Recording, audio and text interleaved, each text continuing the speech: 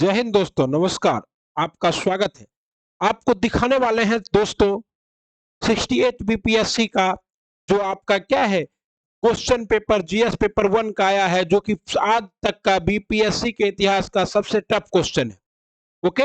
और इसलिए ये क्वेश्चन दिखाने वाले हैं आपको, क्योंकि आपको पता है कि बीपीएससी पूरी तरह से मॉडिफाइड हो चुकी है, चेंज हो चुकी है, और बीपीएससी ने इस बार क्वेश्चन का पैटर्न भी बहुत बदल दिया।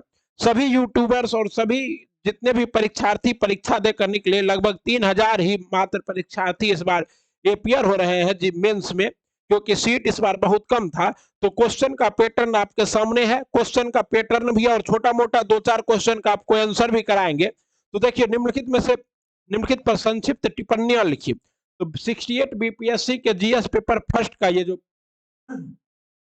प्रश्न है, इसमें है कि टिप्पणी लिखने के लिए बोला गया है। मतलब आप लोग को क्या करना है, 8 नंबर 8 नंबर 8 नंबर 7 का क्वेश्चन है।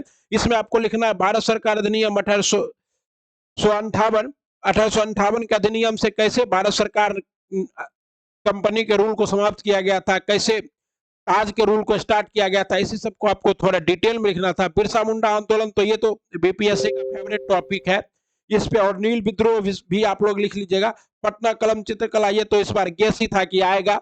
और प्राचीन काल में पूर्वी भारत में गुहाओं का विकास, ये क्वेश्चन ये जो है ये थोड़ा सा क्या था, थोड़ा सा डिफिकल्ट था, मतलब पहली बार आया था। उसके बाद देखिए आपका क्वेश्चन जो है, भारतीय राष्ट्रीय आंदोलन के उदय के कारकों की चर्चा कीजिए। तो भारतीय राष्ट्रीय आंदोलन के उदय के जो कारक थे, उसमें क्या कारक था, तो उसमें अंग्रेज का जो है, इंग्लिश ब्रिटिशर्स के बहुत से कारण थे, जिसमें आपका राजनीतिक कारण, सामाजिक कारण, आर्थिक कारण, सभी कारणों को आप क्या कर सकते थे, डिटेल में लिख सकते थे। फिर राजनीतिक कारण के अंदर आप लिख सकते थे कि भारतीयों को राजनीति में प्रतिनिधित्व नहीं दिया जाता था। आर्थिक कारण में जो दादा भाई नौरोजी का आप ड्रेन वेल्थ थ्योरी भी दे सकते हैं। और इसने स्वतंत्रता संग्राम को किस प्रकार दिशा दी, ये सबों से स्वतंत्रता संग्राम को कैसे दिशा मिला, ये सब लिखना था। तो क्वेश्चन उतना टफ नहीं था जितना बोला जा रहा है अभी अभी तक के हिसाब से। ये सभी क्वेश्चन तो आप लोग आराम से लिख लीजिएगा। उसके बाद कहता है, ब्रिटिश शासन के विभिन्न योजनाओं के अंतर्गत बिहार में औपनिवेशिक तकनीकी शिक्षा के बीच, ये क्वेश्चन भी आपका क्या, देखिए बीपीएससी में जीएस पेपर फर्स्ट हमेशा से क्या रहा है, ट्रेडिशनल रहा है। जो मतलब इस पर के गेसिंग वर्क खूब अच्छे से होता था। इस बार थोड़ा गेसिंग क्या हो गया, गड़बड़ा गया है। इसलिए सभी क्या है, परेशान है और कह रहे हैं कि क्या, क्योंकि जीएस पेपर 1 ऐसा सब्जेक्ट था जो हर विद्यार्थी को अच्छा मार्क्स प्रोवाइड कराता था। मतलब वह 180 85 के आसपास क्या करता था, मार्क्स आपको जीएस पेपर 1 प्रोवाइड करा देता था। लेकिन इस बार जीएस पेपर 1 थोड़ा सा कन्वेंशनल से, थोड़ा सा जो पिछला का ट्रेंड था उससे थोड़ा सा अलग आ गया है, जिस वजह से हाय तौबा मचा हुआ है। अगर आप लोग भी बीपीएससी की तैयारी कर रहे हैं अगले 69 के लिए, तो पैटर्न इसी तरह का रहेगा। और राइटिंग प्रैक्टिस डेली कीजिए। ब्रिटिश शासन की विभिन्न योजनाओं के अंतर्गत बिहार में औपनिवेशिक तकनीकी शिक्षा, ये तकनीकी शिक्षा वाला तो क्या है, हर साल ही आ रहा है, मतलब आ ही जाता है, आपको प्रीवियस ईयर में मिल जाएगा। प्राचीन काल में उत्तर भारत में मंदिरों के विकास का विश्लेषण कीजिए। तो प्राचीन काल में उत्तर भारत में मंदिरों का विकास किस पीरियड में हुआ, गुप्ता पीरियड से स्टार्ट हुआ। और सबसे पहला मंदिर कौन बना था, दशावतार मंदिर बना था। लेकिन इतना से तो होगा नहीं। 38 नंबर का क्वेश्चन है, आपको 3 से 4 पेज में इसका आंसर क्या करना पड़ेगा, डिटेल में लिखना पड़ेगा। कैसे सबसे पहले झांसी का दशावतार मंदिर बनाया गया, कैसे खजुराहो टेम्पल बना, कैसे उज्जैन टेम्पल बना। तो ये सभी टेम्पल को आपको पूरा लिखना होगा, और पूरा उसका सांस्कृतिक विशेषताओं को भी उल्लेखित करना होगा, तब जाकर आपका क्या होगा, 38 नंबर में 17 18 नंबर आने की संभावना। एक दो फिगर भी बनाना होगा। भारत और समाज और संस्कृति पर रविंद्रनाथ टैगोर के विचारों का वर्णन, ये रविंद्रनाथ टैगोर का विचार तो इस बार एक्सपेक्टेड था कि आएगा। तो इसलिए देखिए, अगर ये टफ है तो ये इजी है, तो इसलिए उतना भी टफ नहीं कहा जा सकता है। लेकिन हाँ, अब यहां से खंड 2 क्या है, पूरी तरह से चेंज हो गया साथियों। खंड 2 क्या किया, बच्चों को हिला दिया। कहता है, where was the 18th national scout and guide jumbles originated design objective, क्या है, 18वां राष्ट्रीय स्काउट एवं गाइड जम्बूरी का आयोजन कहाँ किया गया था, इसके उद्देश्यों का वर्णन कीजिए। ये क्या है, मोस्ट इंपोर्टेंट है। और इसका आप लोगों को दिखाए भी थे कि जो अपनी राष्ट्रपति द्रौपदी मुर्मू जी हैं, वो इसका क्या कर रही थी, उद्घाटन कर रही थी। ये क्वेश्चन बहुत ही क्या हो गया था, अनकन्वेंशनल हो गया था। ये क्वेश्चन आया हुआ है। ओके, इसमें आपका क्या था कि इसका 4 से 10 जनवरी 2023 तक आयोजन किया गया था, ठीक ना। और कहाँ किया गया था, तो राजस्थान में किया गया था। तो ये क्वेश्चन आ गया। और उसके बाद संघ लोक प्रशासन नेटवर्क के शांति व सुदृढ़ संस्थाओं के प्रबंधन के सतत विकास उद्देश्य 16 के शासनादेश का उल्लेख क्या है। ये क्वेश्चन भी क्या था, अपने आप में टफ था। संघ और कहता है बिहार के अधिकार आधारित ई सेवा प्रदायी प्रतिदर्श का वर्णन करें। तो आपको पता है कि लोक सेवाओं का अधिकार अधिनियम के तहत बिहार में जो है सभी लोक सेवाएं क्या मिलती है, ऑनलाइन मिलती है। तो उसी के बारे में आपको चर्चा करना था। ओके, और कहता है बिहार राज्य में सौर ऊर्जा उत्पादन के क्षेत्र में किए गए प्रयासों का वर्णन कीजिए। ये जो प्रयास किया गया है केंद्रीय स्तर पर और राज्य स्तर पर, जो एलईडी योजना लाई गई है, उजाला योजना लाया गया है, उस सभी योजनाओं का आपको क्या करना था, डिस्क्राइब करना था। आत्मनिर्भर बिहार के 7 निश्चय योजना, 7 निश्चय 2 सुशासन कार्यक्रम की विशेषताओं का आलोचनात्मक परीक्षण करें। मतलब ये क्वेश्चन क्या है, एकदम टर्न के 7 निश्चय योजना जो पूरा है, हम लोग उसको किस सिर्फ और सिर्फ ऑब्जेक्टिव बेसिस पर पढ़ते हैं कि 7 निश्चय योजना 2 में क्या है कि हर खेत को पानी होगा, हर गांव को बिजली होगा, हर युवाओं को क्या होगा, रोजगार होगा, यही सब। अब उसको क्या किया गया एकदम पूरा डिटेल में पूछ लिया गया है, और वो 7 ही नंबर में है। तो सिर्फ पूरे योजनाओं को लिखना है और उसके बाद आलोचनात्मक व्याख्या कर देना है कि इस योजना से क्या लाभ हुआ और क्या हानि हुआ। आलोचना का मतलब क्या होता है, इस योजना की आपको ज्यादातर बुराइयां बताना है और लास्ट में सरकार के पक्ष में दलील देते हुए क्या कर देना है, खत्म कर देना है। क्योंकि आप जब भी बीपीएससी या यूपीएससी का एग्जाम दीजिए, कोशिश यही कीजिए कि आप क्या हो, किसी पक्ष में ना दिखे और किसी, और यहाँ पर टेलर मेड जो आंसर है वो चलता है। रेडीमेड आंसर तो बीपीएससी और यूपीएससी में चलता ही नहीं है। तो इसलिए कोई भी बच्चा जो रेडीमेड याद करके जाएंगे तो उनका तो नहीं होगा, ठीक ना। उसके बाद अगला है, भारत में विदेशी विश्वविद्यालयों को कैंपस स्थापित करने के लिए दरवाजा खोलने के लिए विश्वविद्यालय अनुदान आयोग द्वारा हाल ही में घोषित मसौदा नियम क्या है। आप भारत में उच्च शिक्षा पर उनके प्रभाव के बारे में कैसे संभावनाओं की कल्पना करते हैं। क्या आपको लगता है कि यह खेल प्रतिवर्तक होगा। अपने उत्तर के समर्थन में तर्क दीजिए। मतलब कहता है भारत में विदेशी विश्वविद्यालयों को कैंपस। अब मान लीजिए पहला नंबर, भारत की विश्वविद्यालय की स्थिति जर्जर है और विदेशी विश्वविद्यालय खुलेंगे तो क्या होगा, कंपटीशन बढ़ जाएगा। या तो भारतीय विश्वविद्यालय उससे प्रतिस्पर्धा करके आगे निकल जाएंगे या फिर पीछे छूट जाएंगे। कहता आधी सदी पहले भारत में सर्वोच्च न्यायालय द्वारा किए गए बुनियादी ढांचों के सिद्धांत के बारे में हाल ही में भारत के राष्ट्रपति द्वारा आलोचना और आलोचनात्मक परीक्षण कीजिए। क्या आप समझते हैं कि यह बहस कार्यपालिका और न्यायपालिका के बीच निकट भविष्य में टकराव का मुद्दा साबित होगा। तर्क दीजिए।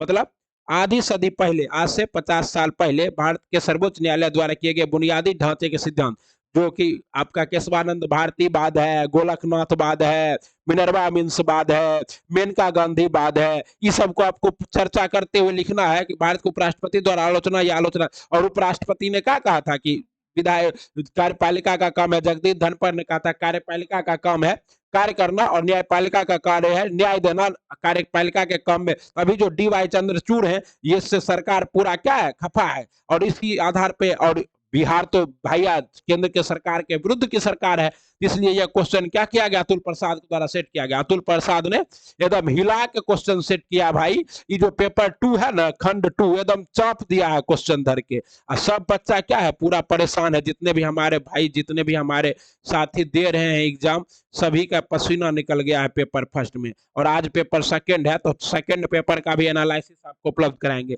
क्या आपको लगता है कि इस साल के अंत में दिल्ली में होने वाले G20 शिखर सम्मेलन अपनी अस्थायी विकासात्मक चुनौतियों के बावजूद भारत को अपनी महत्वाकांक्षा के माध्यम से सफल बनाने के विकासशील दुनिया के नेतृत्व में पुनः प्राप्त करना चाहिए। क्या आपको लगता है कि भारत को दक्षिण विश्व के आम लक्ष्यों की खोज में एकजुट करने में वास्तविक कठिनाइयों का सामना पर अपना होता। देखिए, तो कहता है क्या आपको लगता है, तो यहाँ पूरा का पूरा आपका विचार है। आपका विचार कुछ भी हो सकता है। आपका विचार हाँ के पक्ष में भी हो सकता है, न के पक्ष में भी हो सकता है। लेकिन एक बात ख्याल रखना है कि हाँ के पक्ष में हो तो हाँ का ठोस उत्तर तर्क होना चाहिए, ना के पक्ष में हो तो ना का ठोस तर्क होना चाहिए। और G20 का तो मुद्दा क्या है, आउट ही था। ये तो पता ही था कि G20 पर क्वेश्चन आएगा, लेकिन क्वेश्चन इतना लेंदी आएगा ये पता नहीं था। हमको लगा G20 पर टिप्पणी लिखिए, या G20 का भारतीय प्रदेश में क्या महत्व है ये लिखिए, या G20 आर्थिक प्रदेश में कैसे क्या है, रूस और यूक्रेन युद्ध के समय चुनौतीपूर्ण बना हुआ है भारत के, ये लिखिए। लेकिन इस तरह का क्वेश्चन का कोई एक्सपेक्टेशन नहीं किया था। G20 का तैयारी करके सभी गए थे, लेकिन ये तो G20 का क्या है, तो ऐसे कर अपनी अस्थायी विकासात्मक चुनौतियों के बावजूद भारत को अपनी महत्वाकांक्षा के माध्यम से सफल बनाने में विकासशील नेतृत्व को पुनः प्राप्त करना चाहिए। अब क्या है, पूरा एकदम क्वेश्चन को लेंदी कर दिया गया है। और सीरिया व तुर्की भूकंप आपदा सहायता में राष्ट्र संघ की पहुंच एवं संसाधन प्रबंधन भूमिका का मूल्यांकन कीजिए। तो ये क्वेश्चन भी था कि भारत ने कौन ऑपरेशन दोस्त भेजा था, ये क्वेश्चन भी कराया गया था सब इंस्टीट्यूट के द्वारा, और बोला गया था कि सीरिया और तुर्की के भूकंप पर भारत का जो रिस्पॉन्स है उस पर क्वेश्चन आएगा। लेकिन यहाँ भारत के रिस्पॉन्स के अलावा राष्ट्र संघ के रिस्पॉन्स पे आ गया क्वेश्चन। ये भी अब खंड 3 में तो आपको 2 को क्या करना है, बनाना है DI। तो देखिए, highest and the average marks obtain by student in the 5 subject during 2012 to 2017 the maximum marks in each subject are 100। और उसके बाद आपको क्या करना है, इसके आधार पे कहता है सभी विषय में 2015 में संयुक्त औसत अंक कितना है, तो सबको जोड़ के निकालना था, 57 आया था, ये सही है इनका। उसके बाद कहता है 2005 से 15 से 2017 में अंग्रेजी के औसत अंकों में कितना प्रतिशत वृद्धि हुई, तो 9.09। किस वर्ष में गणित में उच्चतर अंक प्राप्त हुए, तो सभी आपको चार्ट से निकालना था, तो हम ई बन गया होगा आप लोग से 36 का। और ये डबल लाइन ग्राफ तो आता ही है बीपीएससी में, तो डबल लाइन ग्राफ भी आप लोग बना लिए होंगे, प्रीवियस ईयर में भी आया हुआ है। और ये देखिए डबल बार ग्राफ जो है, the bar graph given below show the sales of books in the thousand number of 6 branches pushing. ये भी शायद ये भी बनना बहुत इजी है। और पाई चार्ट, तो जो आपका DI का क्वेश्चन था ये कन्वेंशनल ही था, जैसा पिछले बार आया था वैसा ही आया, तो इसमें कोई दिक्कत नहीं हुआ होगा आप लोगों को, इसको निपटा दिए होंगे। मेन सबसे टफ इसमें पेपर क्या था, खंड 2 था। खंड 2 को इस बार पूरा डिफिकल्ट बना दिया गया है, तो खंड 2 में बच्चे क्या है, ज्यादा परेशान है। बाकी खंड 1 और खंड 3 क्या था, ठीक ही था। आप लोग यहाँ पर देख सकते हैं, थोड़ा बहुत हम लोग बिरसा मुंडा के बारे में लिख भी दिए हैं। पटना कलम चौली, बिहार प्राचीन काल से ही रचनात्मक कलाओं का केंद्र रहा है। जैसा कि प्राचीन काल में मौर्य कला में दरबारी कला, पाल काल में भित्ति कला, ठीक इसी प्रकार 18वीं और 20वीं सदी में पटना कलम शैली का विकास हुआ था, क्षेत्रीय कला शैली का। क्योंकि जब मुगल का आक्रमण बढ़ा, जब जो अंग्रेजों का आक्रमण बना, तो जो मुगल काल के जो क्या थे चित्रकार थे, वो पटना में आकर शरण लेते हैं, और वहीं पर तो ये सब आप लोग पढ़े होंगे। उसके बाद आप लोग ये भी भारत शासन अधिनियम 1858 बता ही दिए, और इसमें आप लोग ये अगर फ्लो चार्ट बनाइएगा ऐसे भारत का प्रत्यक्ष, तो आप लोग जो आगे की तैयारी कर रहे हैं उनके लिए है। बाकी जो भाई पहुंच गए हैं वहां तक, वो सब ये तो क्वेश्चन सिर्फ देख सकते हैं। उसके बाद इस आंदोलन के कारण में सामाजिक, आर्थिक, राजनीतिक, तात्कालिक सभी कारणों को लिखते हुए यहाँ पे सब लिखना, स्थायी परंपरा, पुलिस का शोषण, बेगारी, 1894 का वन लगान, आर्थिक कारण में आप अकाल भी लिख सकते थे क्या। उसके बाद भारतीय पुनर्गुफा कला में, तो गुफा कला में आपको 1-2 गुफा बनाना था। मौर्य काल का गुफा, गुप्त काल का गुफा, राष्ट्रकूट काल का भी गुफा दिखाना था। अजंता की गुफाएं भी क्या है, राष्ट्रकूट काल का। 1857 की क्रांति के पश्चात भारतीय किसानों द्वारा अंग्रेजों के अत्याचार के विरुद्ध बंगाल के नदिया जिले में 1859-60 में नील विद्रोह शुरू हुआ था। और नील विद्रोह का साक्ष्य हमको कहाँ से मिलता है, बंकिम चंद्र चटर्जी का आनंद मठ से मिलता है पूरा डिटेल में। तो इसको आप लोग लिख सकते हैं। इसका कारण है किसानों की दयनीय स्थिति, क्या है, महाजनों की उर्वरता नष्ट हो जाना, पर्यावरण प्रदूषण, जबरदस्ती नील का खेती करवाना, उचित मूल्य का अभाव, किसानों का शोषण, ब्रिटिश सरकार नील के बाजार का भाव का 2.5% मूल्य देती थी, अतः विद्रोह हुआ। ये सब आपको क्या है, तो आप लोग देखिए बहुत ही अच्छा क्वेश्चन तो कहा जा सकता है कि अच्छे क्वेश्चन पूछा गया है। बस यही है कि पेपर 1 ठीक है, पेपर 2 जो खंड 1 है ठीक है, खंड 2 पूरा डिफिकल्ट कर दिया गया है, और फिर खंड 3 ठीक है। तो इसमें एवरेज मार्क इस बार जो आता था उतना ही आएगा, और इस बार स्टूडेंट भी कम है, सीट भी कम है, इसलिए टफ किया गया है सेट को। चलिए आप लोग क्या कीजिए, दबा के इसको लाइक कर दीजिए, शेयर कर दीजिए। अगला पेपर जो आज होगा जीएस पेपर 2, उसका भी आप लोग को एनालिसिस करवा देंगे। बहुत बहुत धन्यवाद। सभी यूपीएससी लवर पढ़ते रहिए, और अधिकारी बनना है भाई तो दिन रात मेहनत करना ही पड़ेगा। चलिए मिलते हैं अगले वीडियो में। वंदे मातरम।